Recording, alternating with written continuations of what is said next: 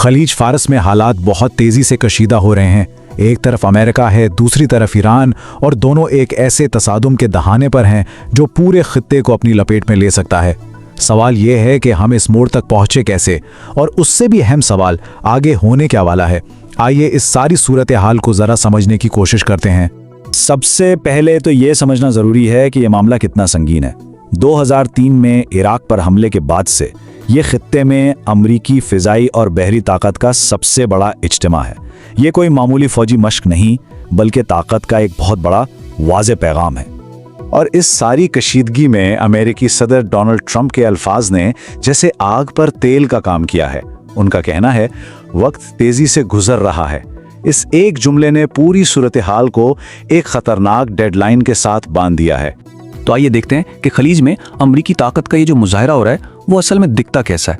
यानी जमीन पर हकीकत में क्या हो रहा है, इस फौजी एहतिमाम में आखिर है क्या क्या। अच्छा, पहले हवा और जमीन की बात करते हैं। अमेरिका ने अपने सबसे जदीद लड़ाका तैयारे F-15, F-35 और F-22 यहां तैनात कर दिए हैं। ये कोई आम जहाज नहीं, ये अपनी स्टेल्थ टेक्नोलॉजी यानी रेडार की पकड़ में ना आने की सलाहियत के लिए जाने जाते हैं। इनकी मदद के लिए दर्जनों फ्यूल भरने वाले तैयारे और जदीद तरीन रेडार सिस्टम भी मौजूद हैं। और ये सब उर्दन, सऊदी अरब, बहरीन, कतर और मुत्तहिदा अरब अमीरात के मौजूद अमरीकी अड्डों पर अलर्ट हैं, जो इस पूरे ऑपरेशन को सपोर्ट कर रहे हैं। अब जरा समंदर की तरफ नजर डालते हैं, जहां सूरत हाल शायद उससे भी ज्यादा गंभीर है। USS Abraham Lincoln carrier group खलीज के अंदर मौजूद है, जबकि दूसरा USS जेरल्ड फोर्ड बहरे रूम में है। मतलब एक ही वक्त में दो कैरियर ग्रुप्स, ये ताकत का एक बहुत बड़ा मुजाहिरा है। उनके साथ दर्जनों जंगी जहाज भी हैं जो टोमाहाक क्रूज मिसाइलों से लेस हैं। यानी ईरान पर दोनों तरफ से जबरदस्त बहरी दबाव डाला जा रहा है। तो ये तो हुई फौजी तैयारी। अब आते हैं इसके पीछे की सियासत पर, यानी सदर ट्रंप की इस धमकी आमेज डेडलाइन पर। सदर ट्रंप ने तो बिल्कुल साफ साफ कह दिया, या तो हम एक मुआहदा करेंगे वरना उनके लिए बहुत बुरा होगा। मेरे ख्याल में इतना वक्त काफी है, 10-15 दिन बस। ये सीधा सीधा एक अल्टीमेटम है। इसमें धमकी भी है और वक्त की कैद भी, सिर्फ 10 से 15 दिन। बस इतनी ही मोहलत है जो इस पूरे बहरान का मुस्तकबिल तय करेगी। ये एक बहुत ही मुख्तसर और बहुत ही ड्रामाई डेडलाइन है। लेकिन सवाल यह है कि इतना शदीद दबाव, यह अल्टीमेटम, इस सब के पीछे असल मकसद क्या है?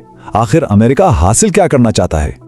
देखें, सरकारी तौर पर जो मकसद बताया जा रहा है वो ये है कि ईरान को मजबूर किया जाए कि वो अपने न्यूक्लियर प्रोग्राम पर एक नया मुआहिदा करे। पहले तो लग रहा था कि ये दबाव ईरान में होने वाले मुजाहिरों की वजह से है, लेकिन अब सारी तवज्जो मुकम्मल तौर पर न्यूक्लियर डील पर मरकूज हो गई है।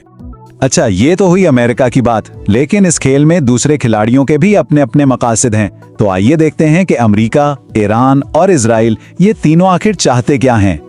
जैसा कि एक तजीजियाकार गिरशान बास्किन कहते हैं, ये डोनाल्ड ट्रंप का मशहूर सख्त सौदेबाजी का अंदाज है। लेकिन हम सब अंधेरे में हैं, क्योंकि कोई नहीं जानता कि ट्रंप अगला कदम क्या उठाएंगे। और यही गैर यकीनी सूरत हाल इस बहरान को और भी ज्यादा खतरनाक बना देती है।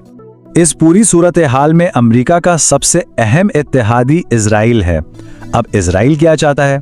उसके कम से कम अहदाफ ये हैं कि ईरान का न्यूक्लियर प्रोग्राम पूरी तरह ख़त्म हो और उसके बैलिस्टिक मिसाइलों पर पाबंदी लगे।